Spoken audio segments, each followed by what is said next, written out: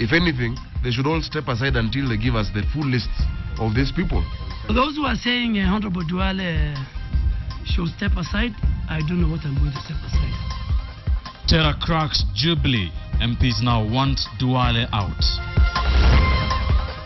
We are considering the possibility of reintroducing mandatory NYS training before universities, but it's not a decision that has been made.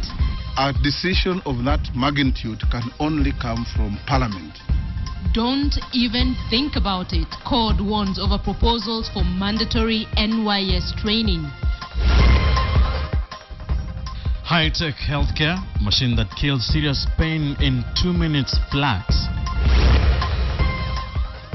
And trouble down south, government ready for emergency evacuation of Kenyans.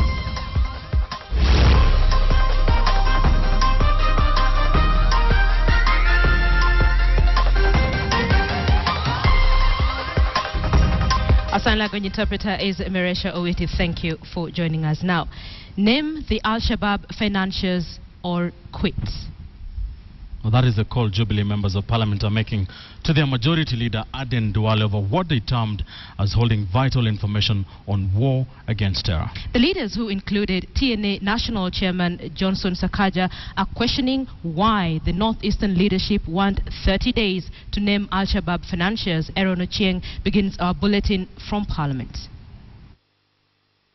Close to 20 members of Parliament allied to the Jubilee coalition want National Assembly Majority Leader Aden Duale and the leadership of Northern Kenya to release the names of the financiers of Al-Shabaab immediately, or else vacate office for alleged terror links. The leaders are questioning the rationale of asking for 30 days before revealing the financiers, saying the group could be holding on to vital information on the war on terror. To our colleagues who announced that they know or they're going to expose networks of terrorism, that they're taking too long. They're taking far too long, and we hope that they don't think that Kenyans will forget or that they can take us for a ride. If anything, they should all step aside until they give us the full lists of these people. Kama alikuwa angejua, si angekuja kusema kabla watu kuwawa. Kwa hivyo mimi ningesema yeye pia angetake site, angesonga, angeenda nje ya bunge ndio atulete hizo majina.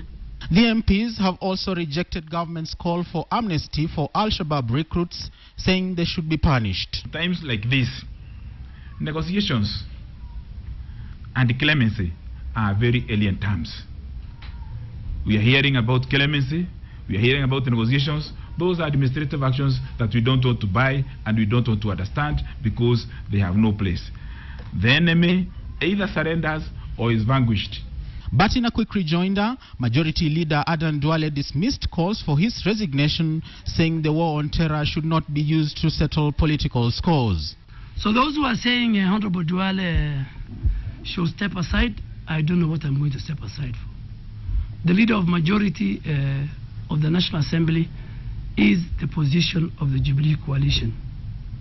If and when, whether there are terror networks in Kenya, whether it's raining, whether it is sunny, if the Jubilee coalition say otherwise, I am very comfortable being the member of Parliament for Garissa Township. Duale added that he is not holding any information and did not know anything prior to the attacks, and that the 30 days the Northern Eastern leaders are asking was to engage with communities living in Northern Kenya to get information from them on members who have left and joined Al-Shabaab. The community to carry an audit on how many of our children have joined Al-Shabaab. And that is to the whole country. It's not only to Northeastern. Because new converts from Western, from Nyanza, from Rift Valley, the Bwire who was bombing here, the Gitonga of Meru, each and every community in Kenya must do an audit of the people who have joined Al-Shabaab. Leaders from Northeastern last week asked for 30 days to name Al-Shabaab financiers and vowed to weed all terror cells in the region, as well as closure of the Dadaab refugee camp. Aaron Ochieng, KTN. Ultimatums they are being given to Majority Leader Aden Duale. That forms the basis of our big question tonight on KTN Prime. We're asking if you think Duale should step aside as demanded by Jubilee members of Parliament. In fact, more reactions to that story. Tell us what you think. SMS your yes or no opinion to the number 22155. That is the SMS line. Twitter handles at Ben_Kitili, at KTN Kenya, and at Linda Ogut. Indeed, we'd love to know what you think.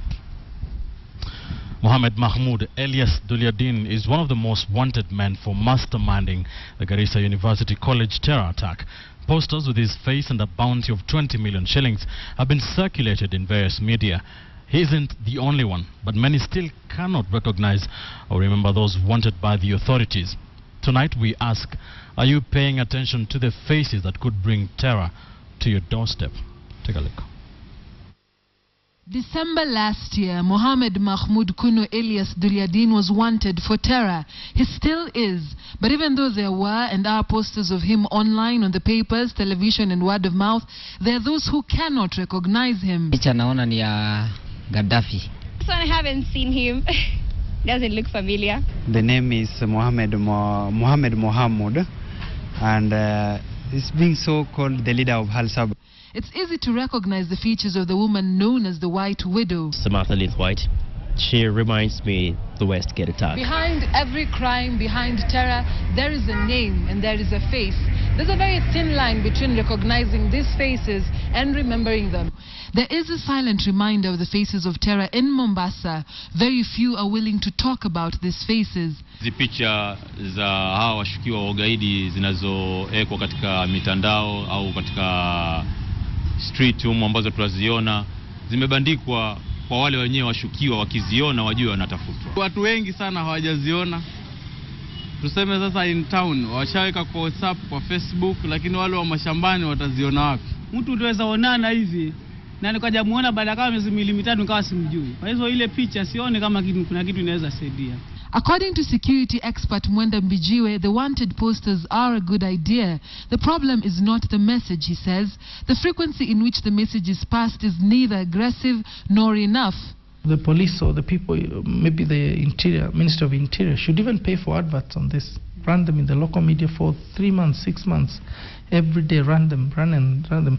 Frequency, it also deters this man from roaming around. Just seeing the person and reporting, even if they can't catch him, is important, because the people in the crime detection units, counter-terrorism, are able to know maybe the guy is within a certain area. The authorities release the posters hoping that someone is paying attention, but more often we are too busy with our daily lives to concentrate on the wanted posters. For some, the notion is that citizens pay the taxes for the government to do their job, and as a result, many wanted walk among us, unnoticed and disturbed until another incident causes us to care. I would advise every Kenyan as much as possible. Most Kenyans now have smartphones. Take a screenshot of that image, save it in your phone, sambaza it even on WhatsApp. Lately I've seen these images going around in WhatsApp. Also, if you can print a physical picture, print and keep it. You may be surprised that a really average Kenyan will be able to notice that picture. The future of facially recognizing suspects, especially those who constantly change their identity, will lie in technology, not just CCTV, something security analysts say the government must invest in. Bounty or no bounty for anyone wanted, the challenge is, are you paying attention or are you waiting till they strike again somewhere close to you? Dorcas Wengira, KTN.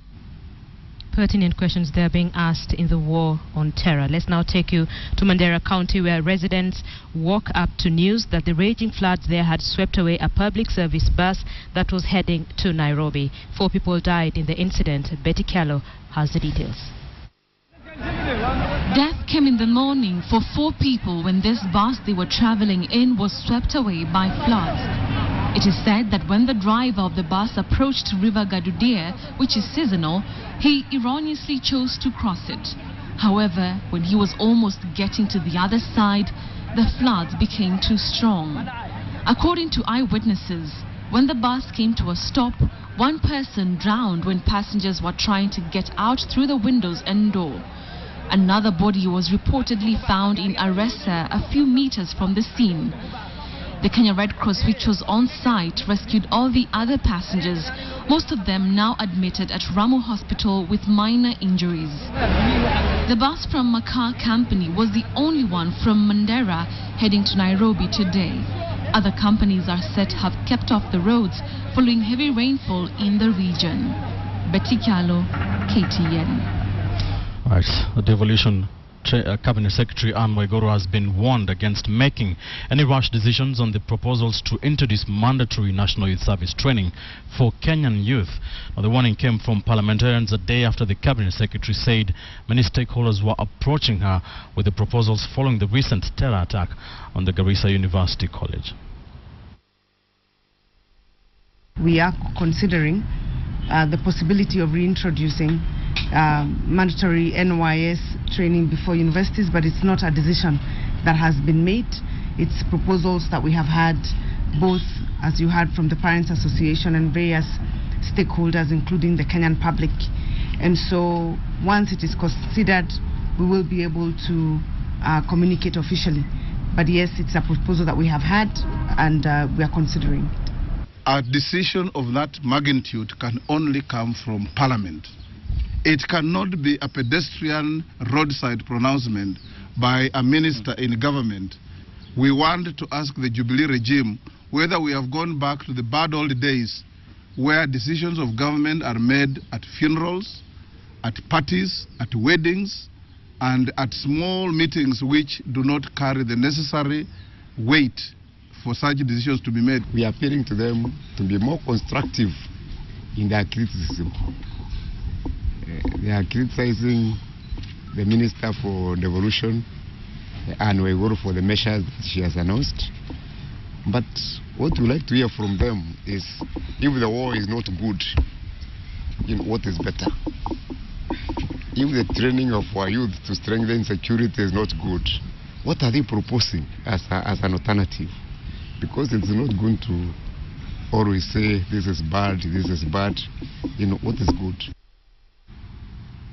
The quarrel between Education Cabinet Secretary Professor Jacob Kaimenyi and the teachers' unions over the basic education regulations has been hogging the headlines this entire week. Now, that said, what exactly is in the regulations, and could there be something in there that Kenyan public is not being told about? KTN's Rita Tinina now reports.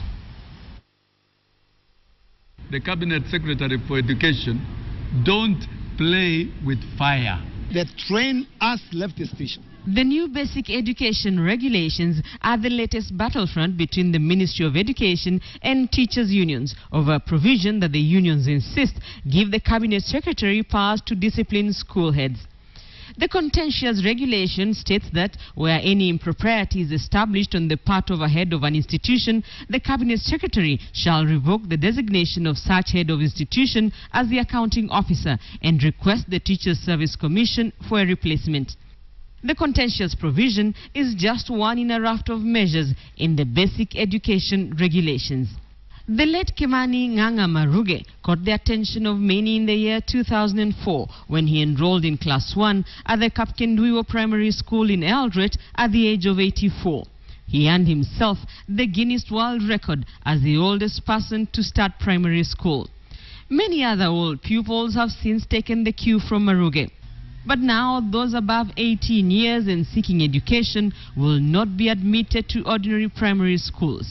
According to the new basic education regulations, learners above the age of 18 shall only be admitted into institutions of alternative basic, adult and continuing education. And the very early morning class sessions for day schools will be a thing of the past. The new regulations stipulate that no day institution of basic education shall require learners to report earlier than 7:15 a.m. Classes for both day and boarding school will start at 8 a.m. and end at 3:30 p.m. Co-curricular activities will be undertaken between 3:30 p.m. and 4:45 p.m.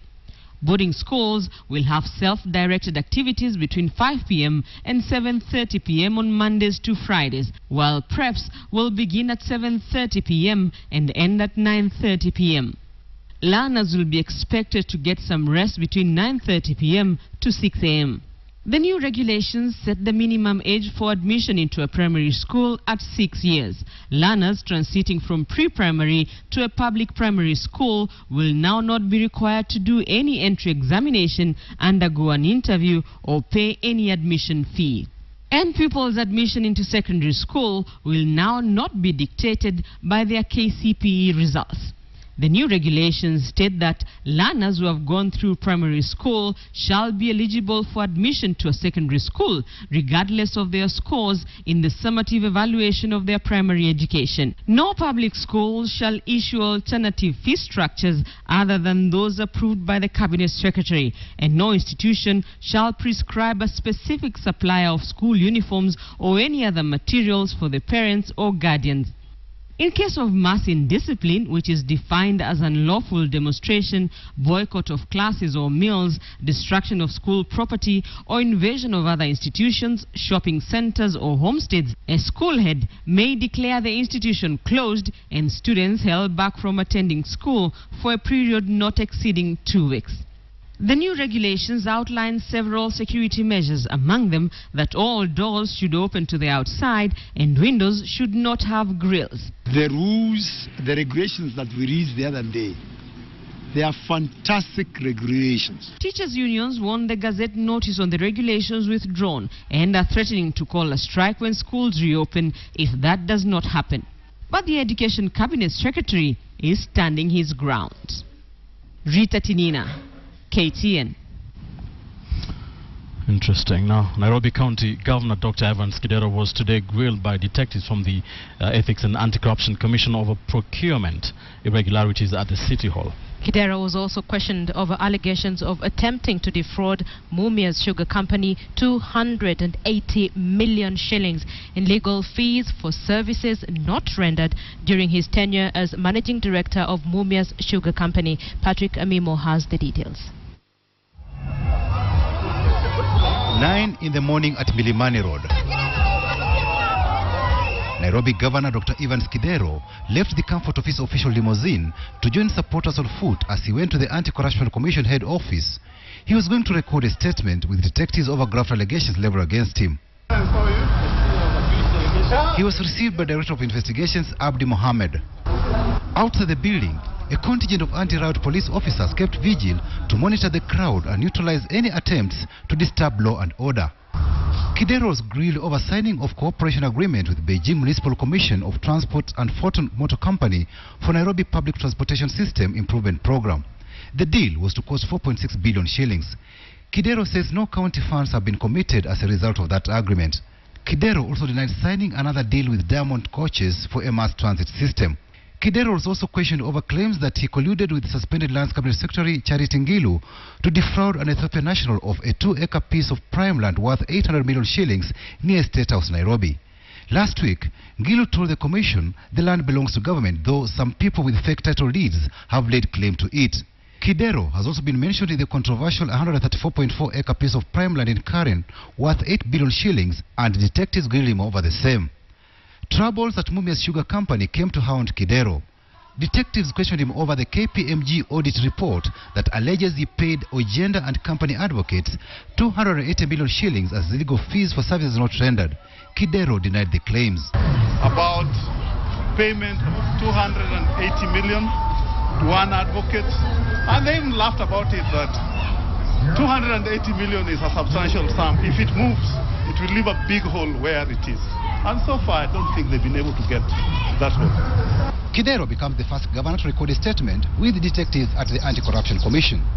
He is among 12 governors implicated in graft, but others are yet to make a date with the commission. But all governors are still in office.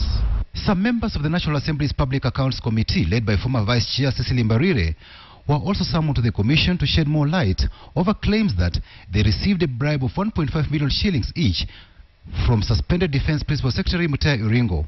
It is alleged the bribe was given in order to have Iringo's name removed from a report on corruption over 2.8 billion shillings confidential expenditure by the Office of the President in the 2012-2013 financial year. Ababu Namwamba gave detectives a dossier on the PSC report that he expects will nail some big fish in the government after he refused to settle matters in Parliament by apologizing to members. I believe that the process that just concluded in Parliament really was a kangaroo-style process that had absolutely no capacity to get to the root of this matter. That is his view. I think, first of all, that committee did an excellent job in terms of especially dealing with issues of members making allegations that they can't substantiate. The commission will Friday continue questioning several MPs over grafts. Patrick Amimo, KTN.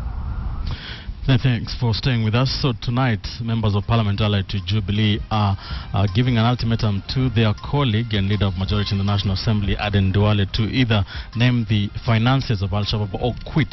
The big question tonight is, should Duale step aside as demanded by Jubilee?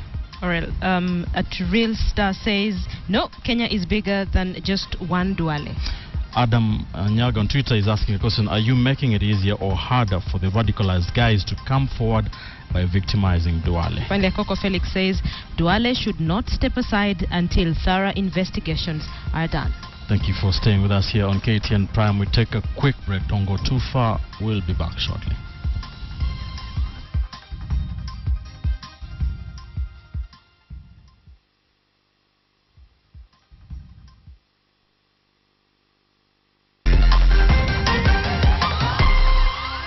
Thank you for staying with KTN Prime.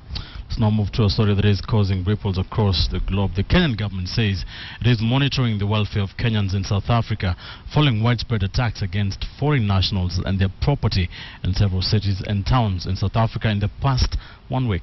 A statement by the Cabinet Secretary in the Ministry of Foreign Affairs, Amina Mohammed, says there have been no reported cases of casualties involving members of the Kenyan community. In the meantime, the government says it is working on an evacuation plan in preparation for any eventuality. Now, most of the violent attacks have been carried out in the larger Durban area of KwaZulu-Natal, and officers from the Kenyan mission are scheduled to visit the area from the 17th of April 2015 to meet with Kenyans and assess their situation.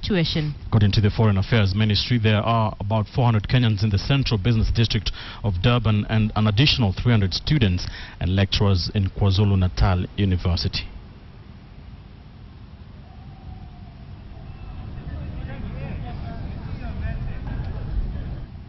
Now, as terrified foreigners flee South Africa, in neighboring Botswana, it is a paradise for many immigrants from across the continent. Many of the foreign nationals living and working there are Kenyans. One such Kenyan abandoned medical practice here in Kenya over 20 years ago, and today she is an entrepreneur and an influential member of that society. Tonight, our special correspondent Alex Chamoda reports from Botswana on these Kenyans who have chosen to dare dream abroad.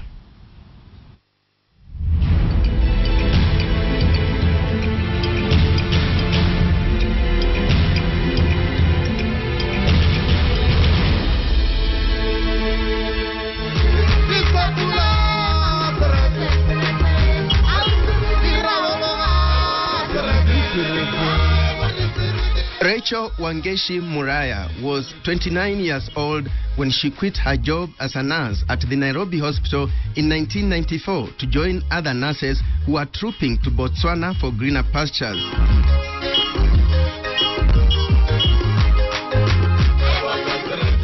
In Kenya then, she was earning 7,000 shillings, and on landing a job in Botswana, her monthly salary went up 7 times to an equivalent of 50,000 shillings. I was able to afford a car. I was able to live a good life and be able even to go to visit South Africa, which would never have been possible if I was in Kenya. Fast forward, and Rachel's story is now a tale of a bold transformation from a nurse to an entrepreneur beyond borders. A proud owner of one of the top private primary schools in Gaborone City. Did she have to undergo training in management and education away from nursing? Administration is part of registered nursing, and that is what I did in my training. So the only thing that I added was the methodology teaching. Rachel says she began small, using her little savings, but later combining with loans. I started with the babies, went to the nursery, and then the preschools. That's what we call them here. And it eventually became a primary school. And our main aim is to raise godly children with a purpose. Hence the name of the school.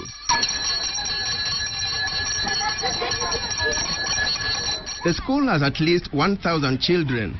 Here, the primary level goes up to standard 7. Working in theatre, this is where you are having operations, you're operating with doctors. It's blood everywhere. You kind of lose yourself and you become one who is not together with the people. And life becomes like it's nothing. And I thought, I am going to lose it. I wanted to be sane. I wanted to be somebody who can be able to say, how are you, and be happy. Every time you ask somebody in the hospital, how are you, they are sick. What else do you want them to tell you? So I wanted a profession that would give me peace in my heart and that would make me normal. And I thought the children were the best. And indeed, they have changed my life. Out of a teaching staff of 45, Rachel has employed 15 Kenyan qualified teachers. Portuguese chicken and many others. Eric Ondieki teaches English. Enough rainfall, yes. Farmers should build small... Onsarigo Muita, on the other hand, is a science teacher. Most of the teachers in this school are foreigners. The government pays better. Very good salaries.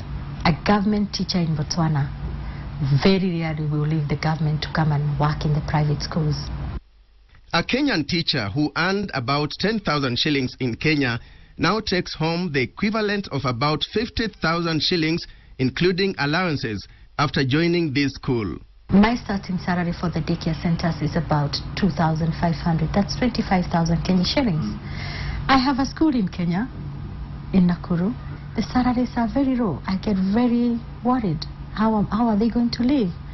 They're telling me for a head teacher 15,000 Kenya shillings, which is 1,500. That is the price that I give to a cleaner here.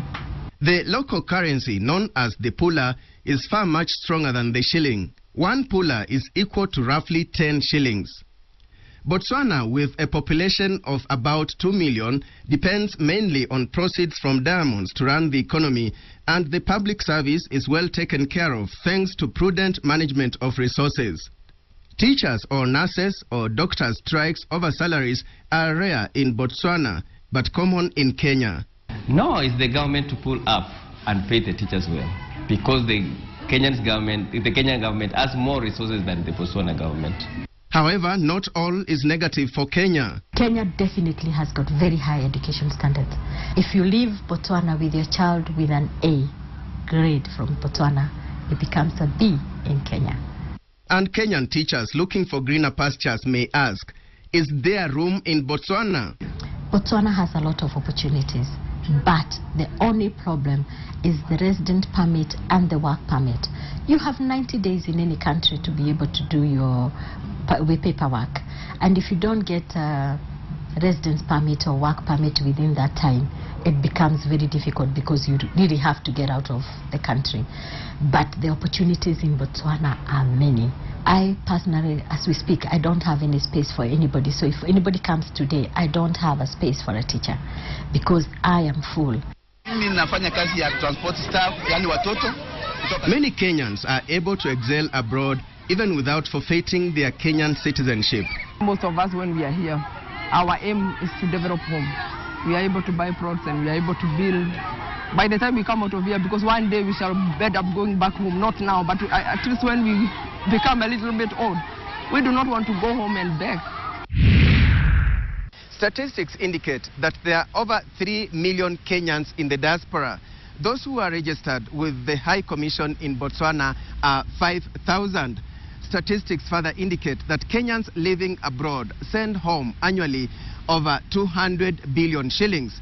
And it is because of that significance that the Kenyan government now has a diaspora policy to incorporate them in marketing Kenya, in skills and knowledge transfer, and in investment back home. I'm often encouraged by the amount of goodwill that the Botswana have towards Kenyans, because they say, you know, in every sector here, If you look at the Meat Commission, they talk about Kenyans. If you look at the Botswana housing sector, they talk about Kenyans. The capacity building efforts of Botswana to create a bureaucracy that can effectively deliver were helped greatly by the numbers of Kenyans that came in. The very first chairman of Botswana Public Service Salaries Commission, or the Salaries Commission, was a Kenyan. Say hi, Alex.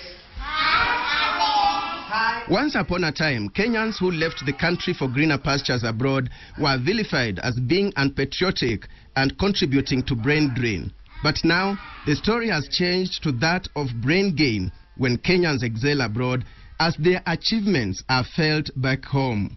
Rachel is definitely one of them. For KTN, I'm Alex Chamwada.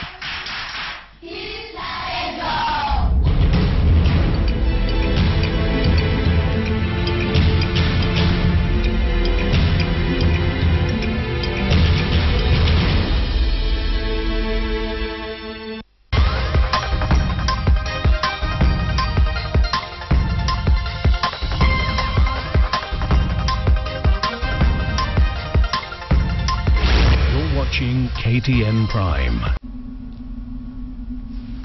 Hello and welcome to KTN Business. I'm Joy Doreen Bira. The National Produce and Produce Board is urging maize farmers to seek alternative markets to fetch better prices. Most farmers turn to NCPB to buy their maize when prices are low, a factor it says is not sustainable. According to NCPB, it has bought 1.6 million bags of maize from farmers in the current harvest season, the highest number in its history. Farmers have since January been queuing at the NCPB depots to sell maize to the grain handler at a low price of 2,200 shillings per 90 kilogram bag. While the grain handler has flagged the gap in the past, it believes an open and competitive market could give farmers better returns. Farmers have for years decried the influx of middlemen who they accuse of offering low prices. NCPB currently has 4.5 million bags of maize in the strategic grain reserve, which it will release into the market in the event of acute shortage. Flour prices have in the past month crossed the 100 shilling mark. There is almost no maize in the market. So even what we may not have bought, the traders are looking for maize all over the place. Yeah. So I don't think it is a problem now of excess maize. The problem is maybe not even having enough.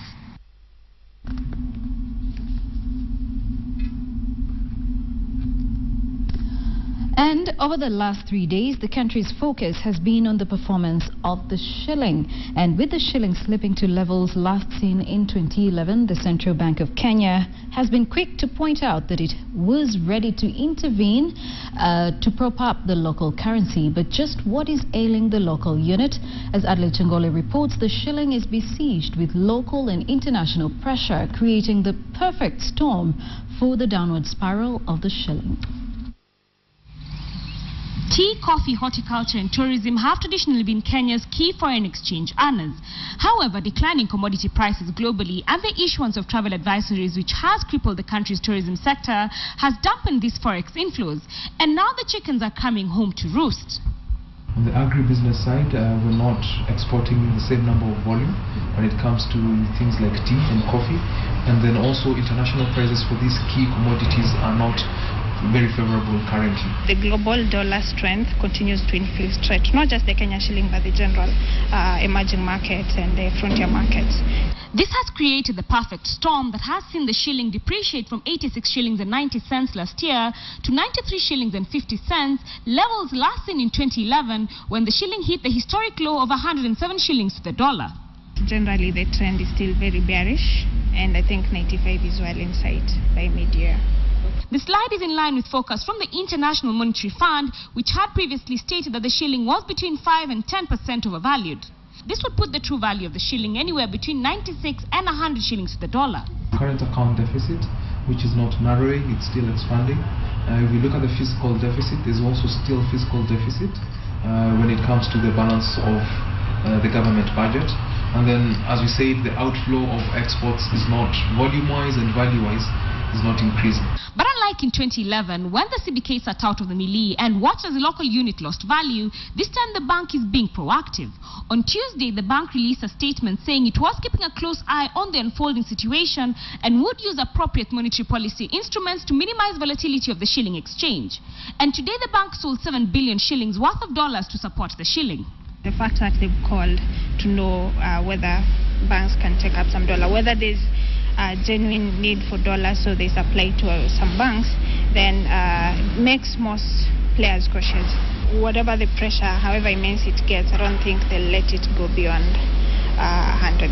If you look at the cover that the CBK has today in terms of foreign currency, it's at close to a 1.5-year high.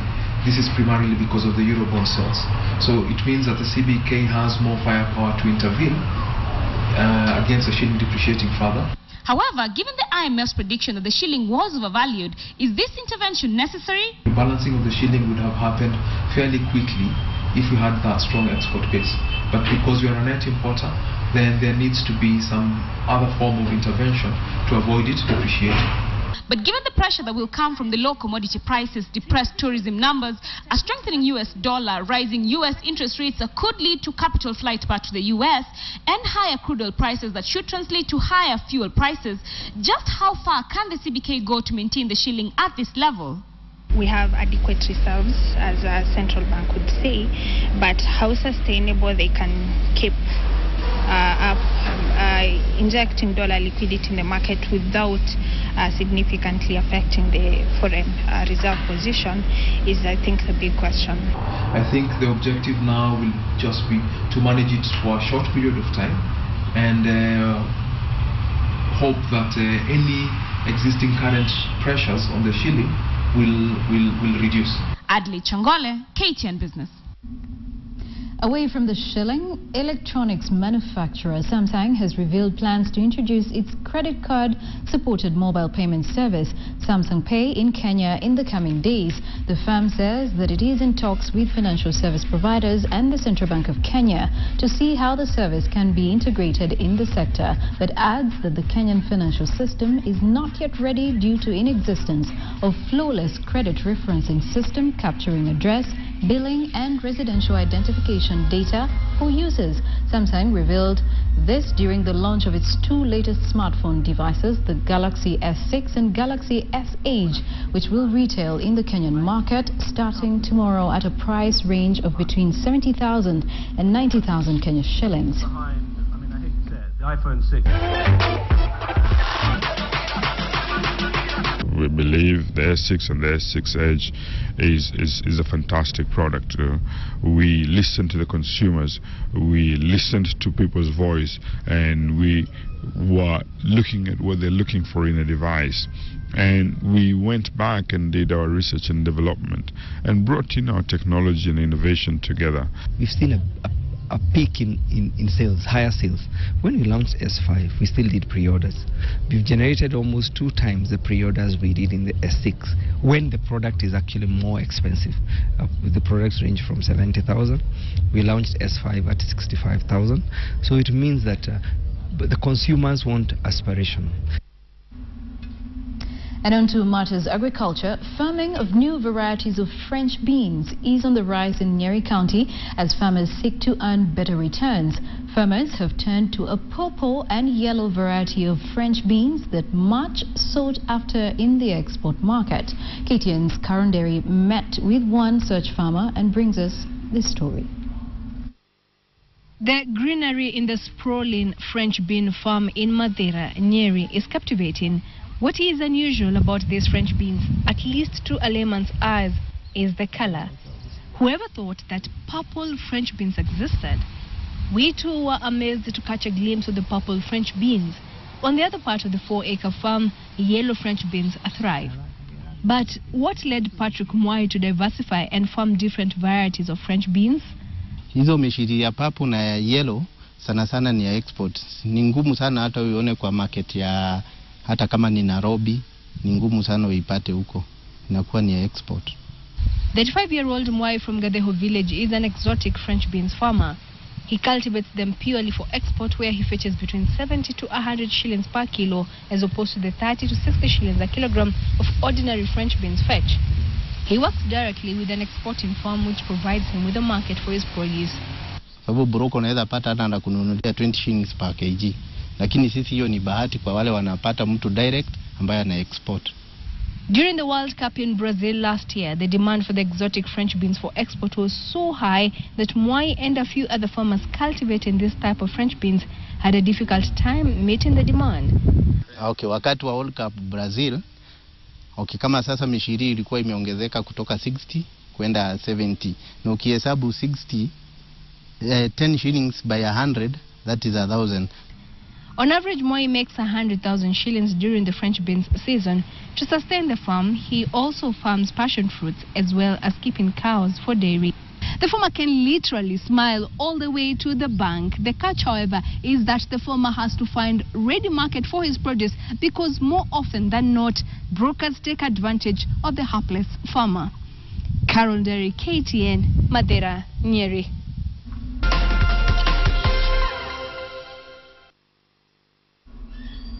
Good evening and warm welcome to tonight's edition of KTN Sports. I'm Lynn Washira. A provisional national volleyball team has been named to take part in the All-African Games qualifiers, where Kenya will face a tough task in its qualification for the Congo Games.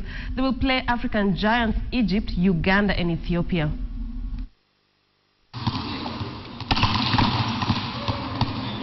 The national women's volleyball team is confident of a Zone 5 top finish during the All-African Games qualifiers scheduled in Kampala next week.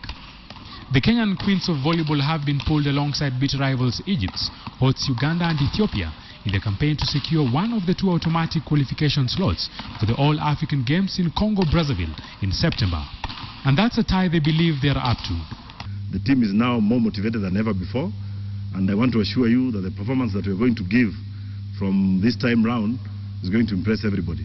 We've been training for reception and services, and reception has always been our main weakness, but now I have to say that we've really improved. Janet Wanja of Kenya Pipeline will captain the traveling party that includes Joy Lusenaka, Masi Moim, Noel Murambi, Monica Biama, Evelyn Makuto, Lydia Maio, Esther Wangeshi, Ruth Jepngetich, Triza Atuka, Edith Wisa and Esther Wangeshi.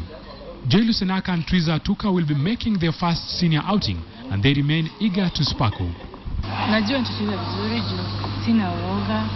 Nimecheza na wachezaji wazuri, niko tayari kwa sababu nimecheza na junior team na pia nimechezea club yangu. Nimecheza games za nje, so nimezoea. Experienced Praxidis Agala together with dependable Janet Washu will miss this competition owing to club commitments in France, something that does not worry the head tactician. We have a lot of belief in the players that we have, and the players who are coming in with a lot of strength and power and a lot of knowledge, and even when they come back from France, they are going to fight for their place. The side is set to travel to Uganda on Sunday, for a tie set to serve off the following Tuesday. Moses Wahesi, KTN Sports.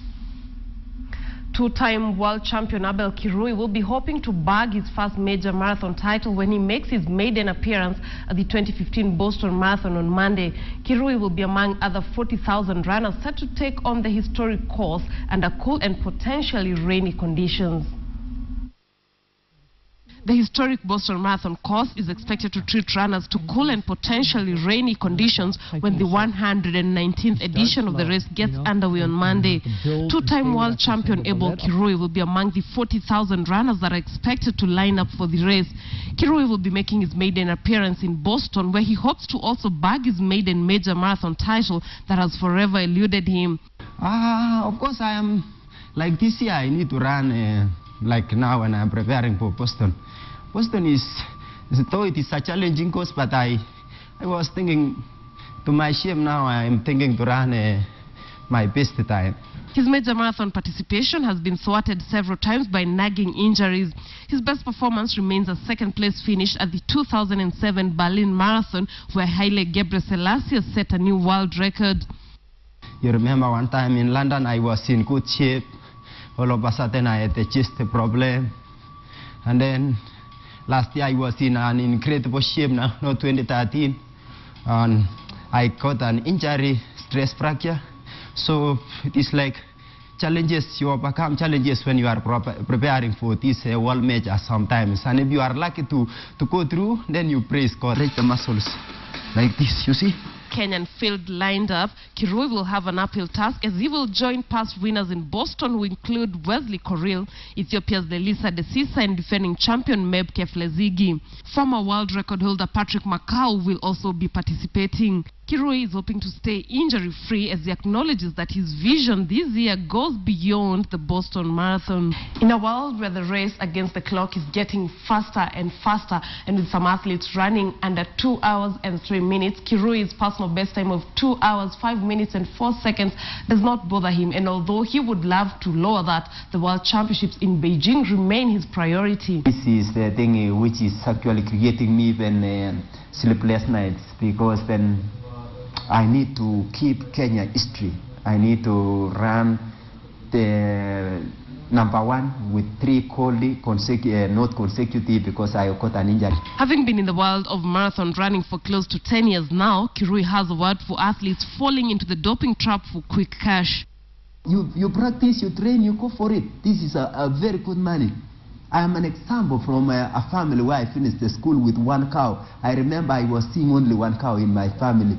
And if I say I buy cows now, I can only pay almost 20 or such a number. So I'm thinking like people should change the mentality and think that they should go for their sweats and go for legs and any talent that they are, and that's the way forward.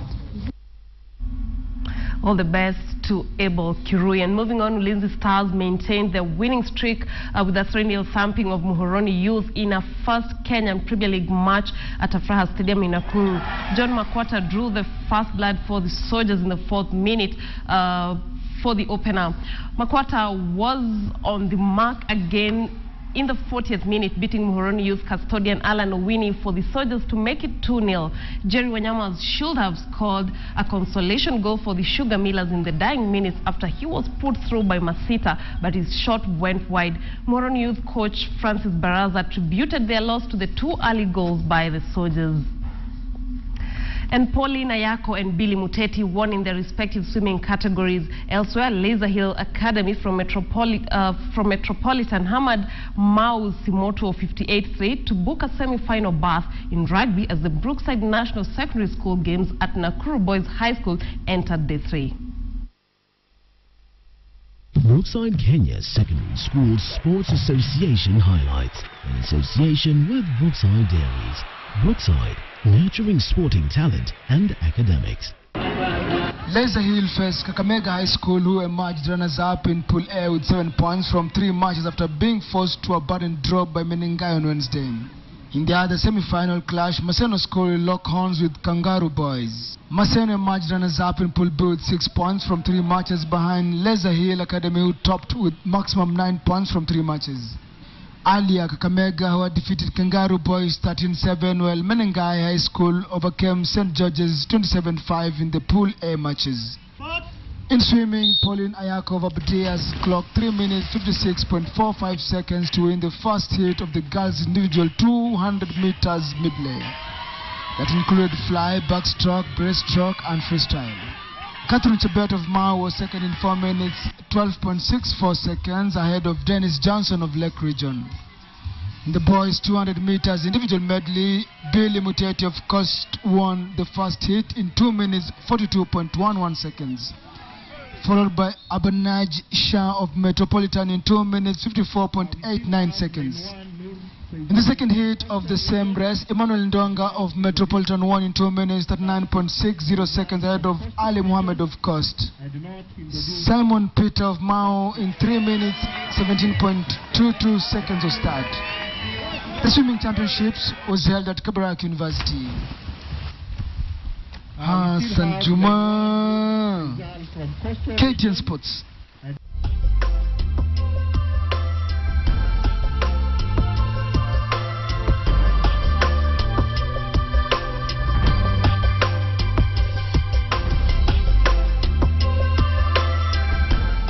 So, Jubilee members of Parliament want their majority leader Aden Duale to quit or name the Al-Shabaab financiers. And that big question tonight is, should Duale step aside as demanded by Jubilee? That's what some of you think. I think Allah says, why should he resign? He's just a spokesman of NEP leaders, and also he represents his constituency. Oscar Vulimo on Twitter says, no, those politicians want to settle political scores by sacrificing Duale. The war on Al-Shabaab should not be personalized. The poll results there on your screen. At Abu Am says, Duale deserves a standing ovation for being bold and lead other northeastern province leaders on war on terror. Frida, Duale says 30 days. Why put him on pressure to step aside? Finally, Justin Omae says, no, Duale should tell us what he knows. This is how now a cat and mouse game. Insecurity is the issue. Thank you for participating on the big question and for joining us on KTN Prime all through this week. My name is Ben Kitili. Remember, Jeff Konange Live begins shortly. Good night from the KTN News Center. I'm Linda Gutu. Sleep well.